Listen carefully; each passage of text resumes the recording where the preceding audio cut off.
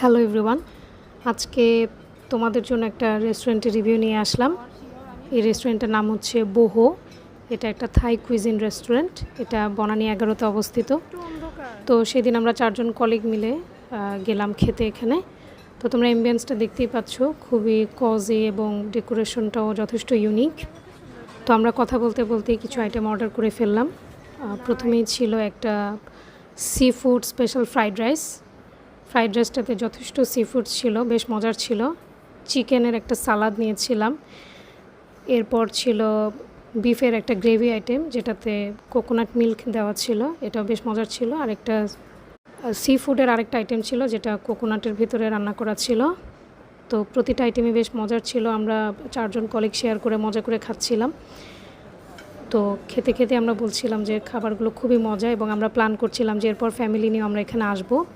খাওয়া দাওয়া শেষ করে আমরা যথেষ্ট ফুল হয়ে গিয়েছিলাম। তারপরও লাস্টে আমরা একটা ম্যাঙ্গো স্টিকি রাইস অর্ডার করলাম।